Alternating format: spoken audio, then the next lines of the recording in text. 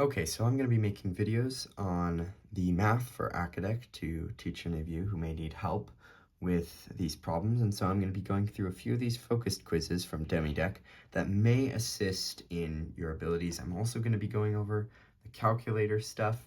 And so hopefully this will help. So our first question here is, how many distinct ways can the letters in commiserate be arranged? So we can think about this problem as both a multiplicative and a combination/permutation question. So if we think about it, we need to have two letters here. We can imagine how we're arranging the letters in this word as if it's a series of boxes. So there are, it looks to be 11 letters in the word commiserate.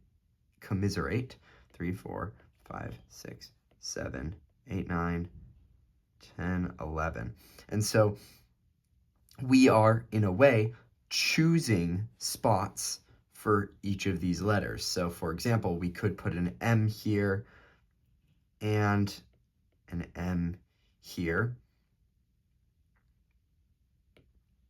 Or we could once we put those M's in as well, then we can put in every other letter. So in order to choose spots in this little grid here for the letters M, because the order of where the M's are going does not matter because they're the same letter, and no matter what, it's still going to be M in that spot, we are going to do 11 slots, choose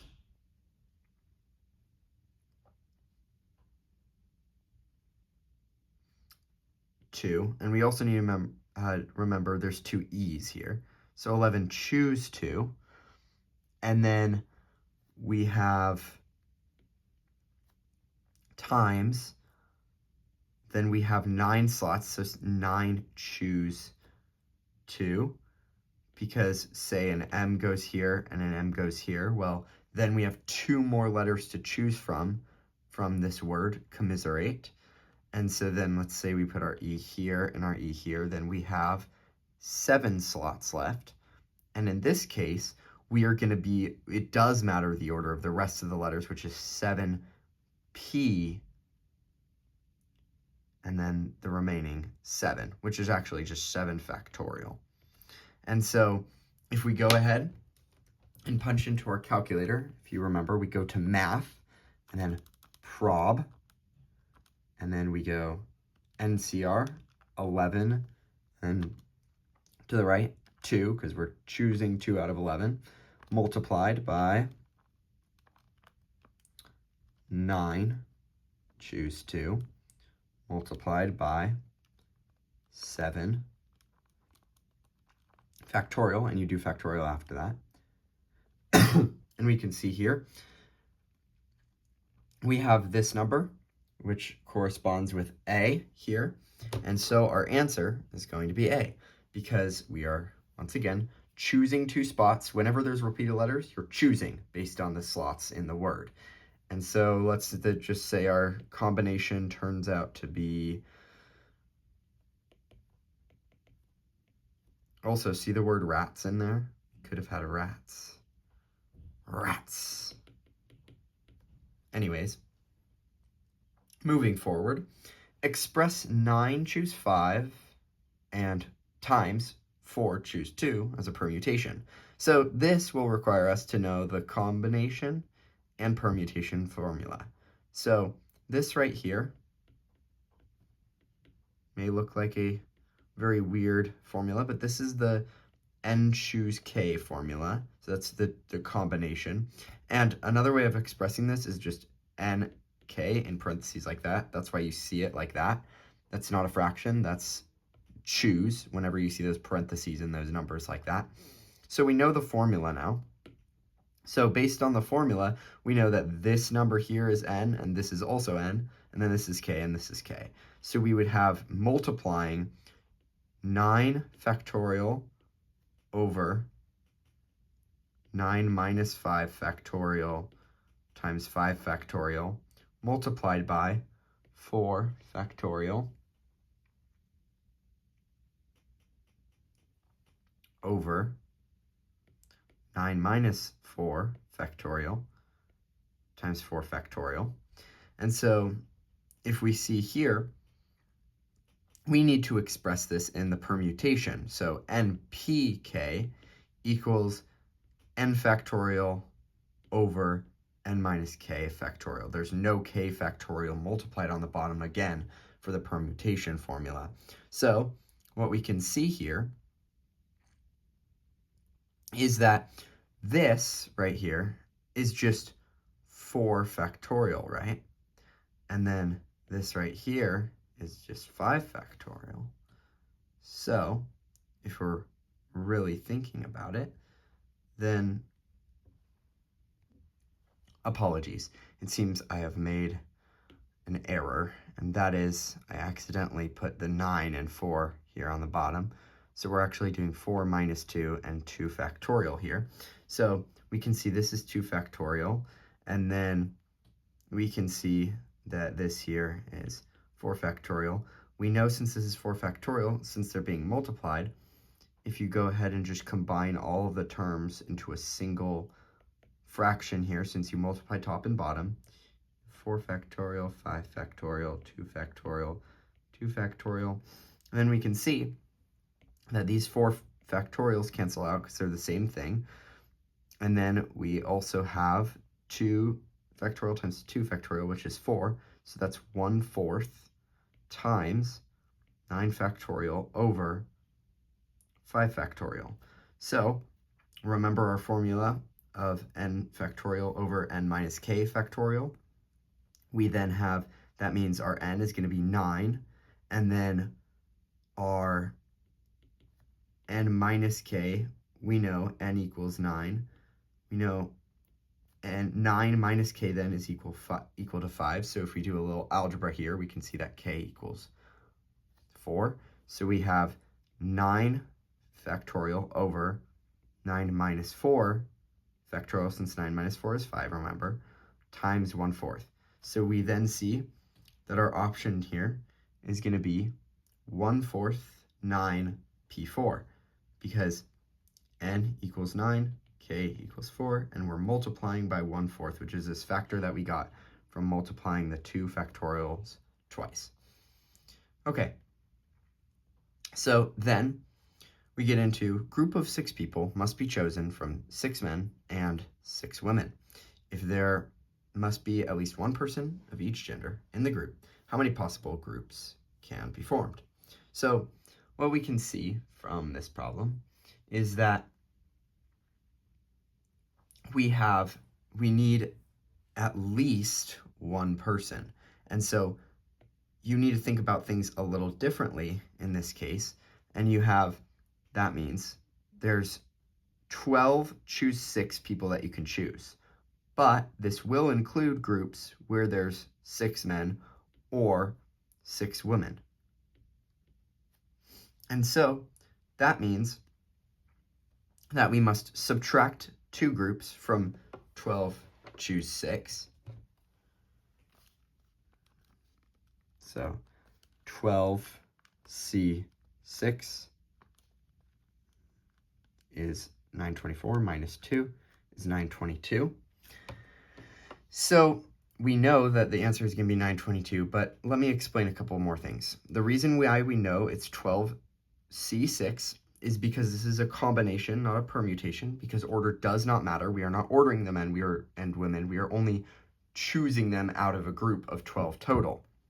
We are choosing 6 people. But we know that there can't be 6 men in the group, and that is one of the possible combinations if you do 12 choose 6. And so we need to subtract that group of 6 men out, and then subtract the group of 6 women, because you need at least one person of each gender, which means you need at least one man or one woman in each group. Now, there's a more complicated way to do this as well, but I'm not going to walk you through that. You can go ahead and try that as a challenge to yourself if you'd like, to try and figure out, okay, how am I going to figure out of this group how many?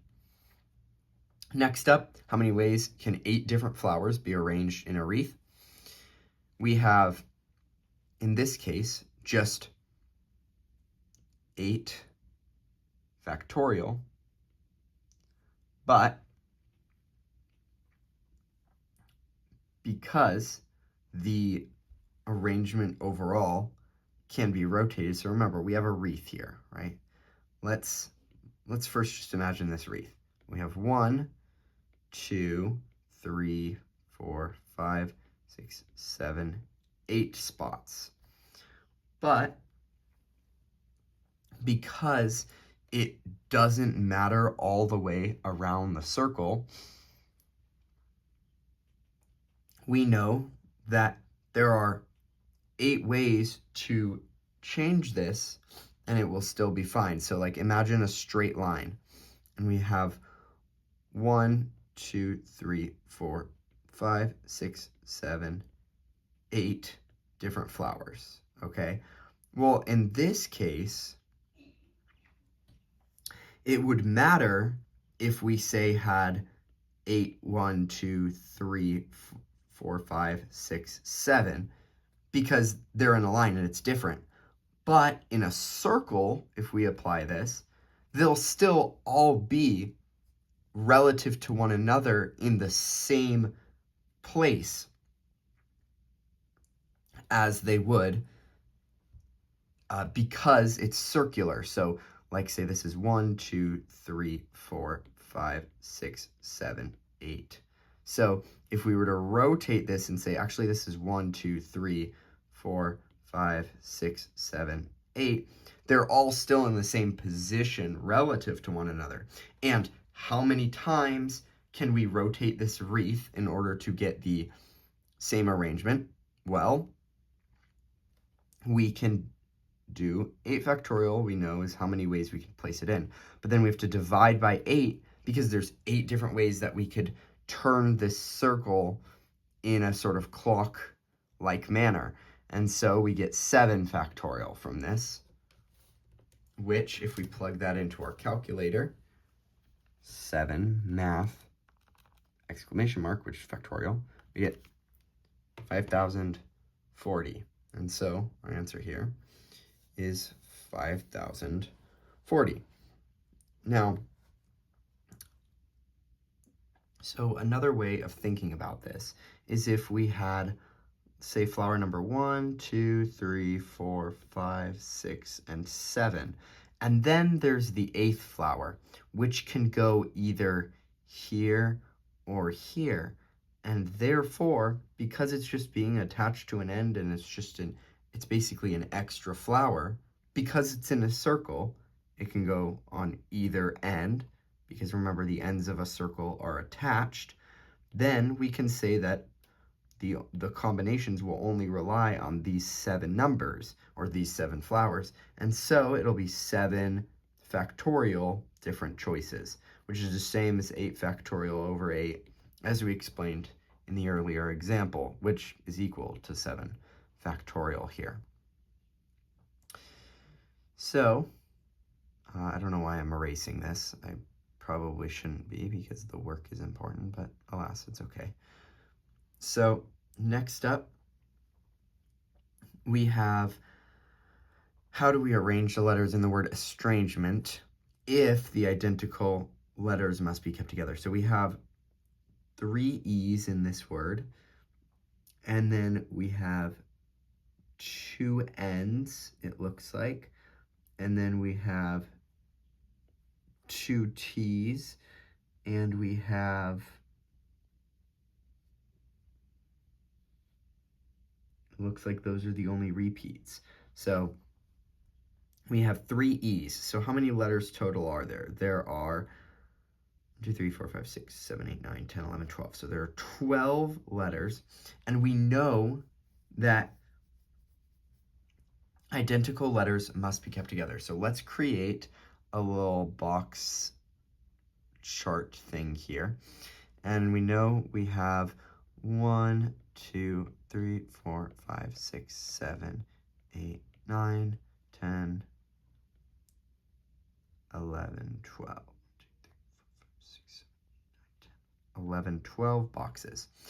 Now, I'd like you to consider something, and that is if you're keeping letters together, say you have to keep E, E, and E together, and then you have to keep T and T together, and you have to keep the N and the N together, and then the rest are just the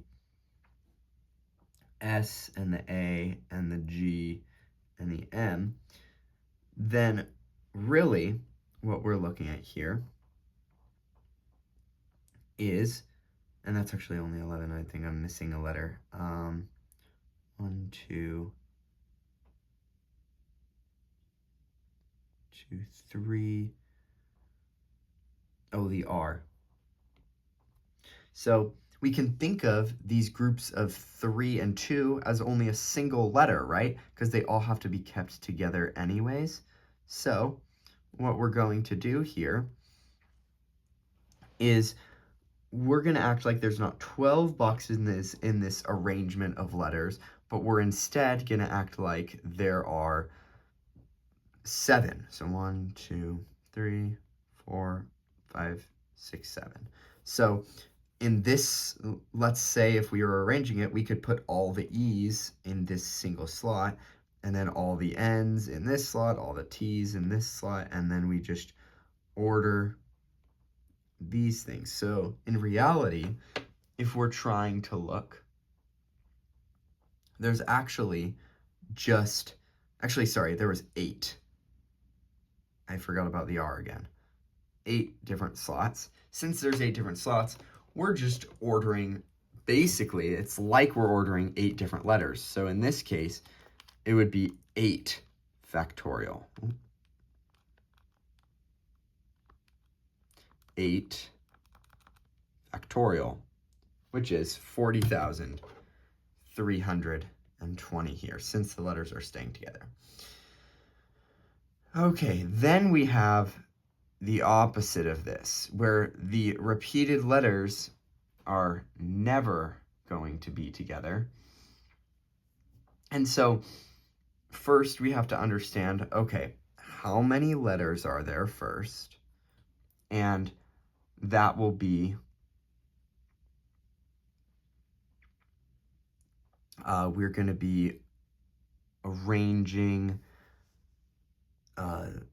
just like we have normally. So we have, if we were to consider the A, R, and N repeating, because we have 2 R's, 2 N's, and 2 A's, right? But they cannot be put together. But first, in order to figure out this problem, we need to figure out, okay, how many different ways can they be put whether together or not? So in this case,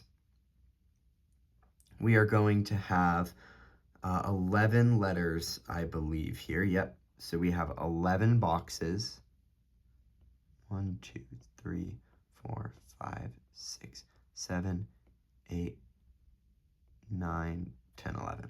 So we know we can put R here or here, and instead of thinking about it that way, we're going to consider if the R's can go together or if they cannot.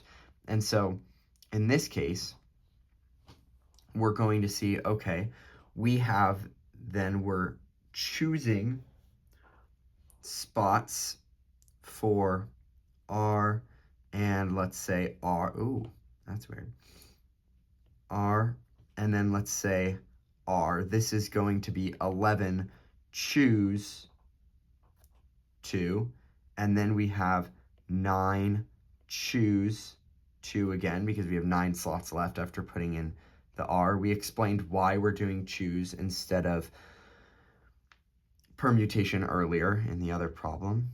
So if you need to review that, go ahead and go do that. But 7, choose 2.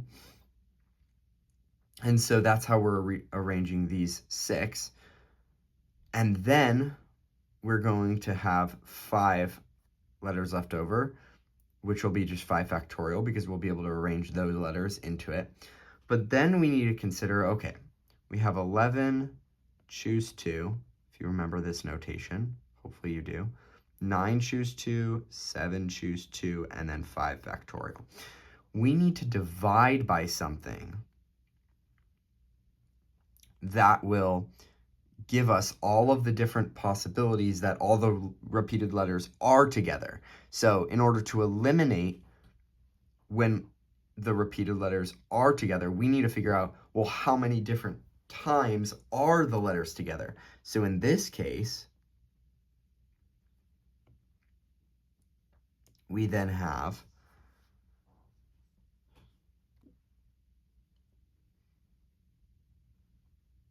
or we aren't going to divide, we're going to subtract them out. Sorry, we aren't dividing because that would make things a lot more complicated. But we're subtracting out how many different possibilities that we are doing here of letters together. Now, this is just like the previous problem where we're putting the letters together and acting as though they're one letter. So we have R and R together, N and N together, and A together. And so we're just going to act like R and R is the same letter here. So that means instead of having 11 slots, we have 8 slots now because we are eliminating 3 of the slots by putting 3 of the letters into their little groups. So we have 8 boxes, which means we have 8 factorial. So in total, we're going to be subtracting 8 factorial from the 11 choose 2 and the 9 choose 2 and the 7 choose 2 and the 5 factorial.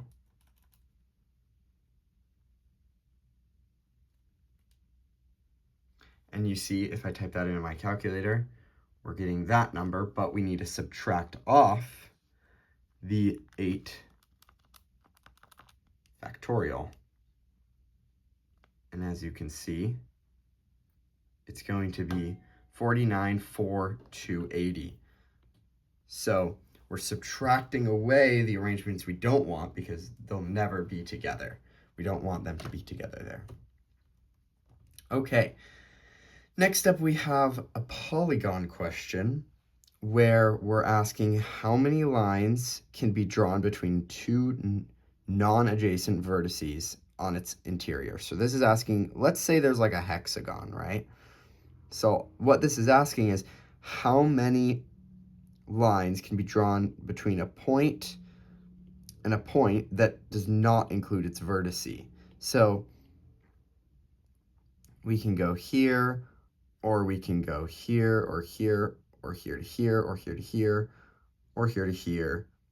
And so we want to apply this to any amount of vertices. So how we do this is we need to take into account the, choose and permutations. So let's go back to the hexagon example where we have 6 sides. So that means we have 6 vertices, and it means that for any vertice on this, we have 1, 2, 3 options in order to choose from. So we can see that we have the number of vertices, 6, and then how many different lines can we do for a 6-sided hexagon? That is 3 lines, right? If we have a 7-sided here, then that's going to be 1, 2, 3, 4, 5, or 4 here per, oh dear, wow. It just completely just decided to mess up my little drawings here. So we know there's 3 lines from each vertice, and we have all the other vertices, right? So we have this one has 3, this one has 3 possibilities, and then this one has 3 possibilities, this one, and this one, right? But, and you would think, oh, just 6 times 3 is 18 here, right? But that's not going to be right because we'll have repeats, because for this line and this line, we're looking at a repeated line here and here. And then for this line, then we have a repeated line here and here. And then same goes for here to here. So for every single one, there's also a group of repeats. So we kind of seem stuck here. So this is where I would suggest taking a different approach and instead look at combinations as a whole. So let's just say we have 6 points, or no, let's just say we have a given number of points. Let's give an example of 6. 1, 2, 3, 4, 5, 6. We know that we can connect these by saying, okay, well, the number of possibilities that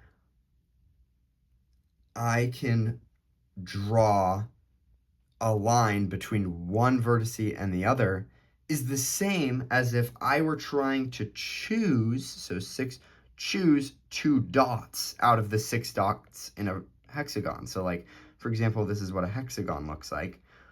If we wanted to draw a line between this line and this line, that's just choosing these 2 vertices, and it doesn't matter the order. But the problem here is that we can also draw a line between these 2 vertices and still have it. So what we do here is we have 6 choose 2, but we subtract 6 because there are 6 possibilities in which the vertices on the outside are being connected. And so in this case, we can generalize this and say n choose 2 minus n is going to be equal to the number of lines we can draw between the vertices. And so if we express this as in the choose formula, n factorial over n minus 2 factorial minus n,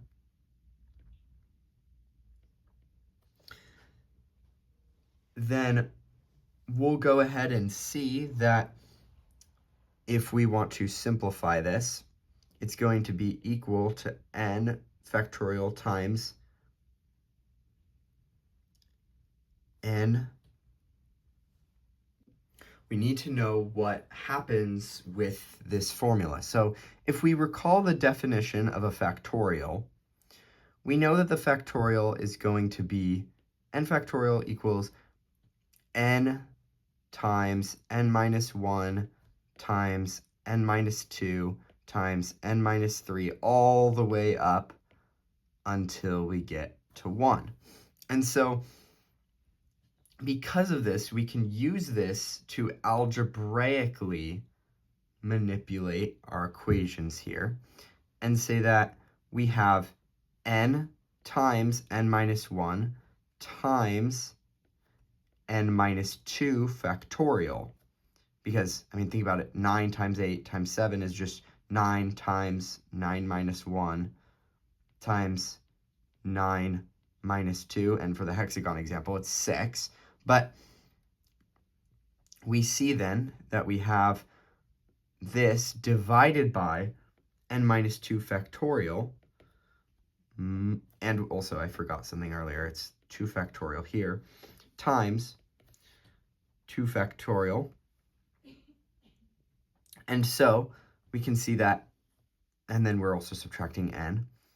So we can see that the n minus 2 factorials cancel out because we're dividing. And so we're left with n times n minus 1 factorial, or no, apologies, not the factorial, not on the top anymore. N minus 1 over 2 minus n. Then we just have to simplify the fraction. I'm going to go ahead and erase this so that we can make room. We know that this is just n is just 2n over 2, right? So we can say that it's n times n minus 1, because 2 factorial is 2, remember? Minus 2n over 2. Since it has a common denominator here, we can add them up and do n times n minus 1 minus 2n over 2. And if we go ahead and simplify this even more, we can see that it's going to be n squared if we factor this out, minus n minus 2n, right, over 2. So this equals n squared minus 3n over 2, which equals n times n minus 3 over 2. And then we finally get our answer of n times n minus 3 over 2 here. Okay, so next up, we're going to move on to 8. So 12 couples meet in an event. Each shakes the hand of every other person at the event besides their spouse. How many handshakes occur? And so we have 12 couples, which means there are 24 people, right? So if we go ahead, and this is going to be similar to a couple of these previous ones where we're going to be subtracting something. So for example, we subtracted the arrangements where they're together in number 6, and we subtracted the ones where the hexagon formed edges. And now what we're going to do is we're going to say, okay, well, we have 24 people, and we're looking at 24, we're choosing 2 people, because this is how many different combinations of the handshakes that are occurring. There are each handshake is between 2 people, so we are choosing that many. And how many different handshakes are possible to occur between any given 2 people? In other words, how many handshakes occur if everyone shakes hands? Then we're getting 24 choose 2, and we're subtracting the handshakes that happen between the couples. How many couples are there? There's 12. So that means there would be 12 handshakes between the couples if they were allowed to. And so on our calculator here, we get 24. Choose 2. Subtract 12. And we get 264. So now, if you didn't understand that, once again, I'm just going to explain. We're choosing 2 people for every handshake out of the 24. And then we're subtracting the 12 couples that would handshake. Okay, so the next one is, what is n plus 5 factorial over 7 factorial equal to in permutation form? So remember, permutation is n factorial over n minus k factorial, where k is the number after the p, and n is the number before the p. So we can go ahead and do a little algebra here, and we can say that, okay, in this case, the n is n plus 5. Now, this may be a little confusing, but how about we just use different letters in order to make it a little less confusing? So instead of saying NPK, let's say it's APB, okay, where these are still the same representative numbers. We have A over A minus B, all factorial, okay? So we know in this case that A is going to equal n plus 5, because that's what's being factorialed at the top. So we have n plus 5 factorial. And then we have A minus B factorial. So how do we figure out what the B is going to be, the number? And so we can see here, and also there's an option for choose, but we'll be able to simplify this and show that it's it's a permutation. So we know that A equals n plus 5. So that means that A minus B is n plus 5 minus B. And we know, based on this, is it's going to be equal to 7 factorial. Or no, just 7, because it's already inside of a factorial. So if we do a little rearranging algebraically here, and we do add B on both sides and then subtract 7 on both sides, we get B equals n minus 2. So then, we know that since this equals n minus 2, the second number after the permutation is going to be n minus 2. So we have n plus 5, p, n minus 2. And then we get to number 10. How many ways can 6 books and 3 records be chosen from a selection of 8 titles and 5 records? So in this case, we're going to be just doing, this is a little easier of a problem. We have 8 books to choose from, and we're choosing 6 of them. And then we multiply that by 5 records to choose from and choosing 3 records. So if we multiply those two, and go ahead and just show with the math button, 8 choose 6 times 5 choose 3 here, and we're going to get 280. That is our answer. So that is our little review of counting principles overall for the focus quizzes. And if you have any questions, then just don't hesitate to ask, but hopefully this helped a lot. Thank you.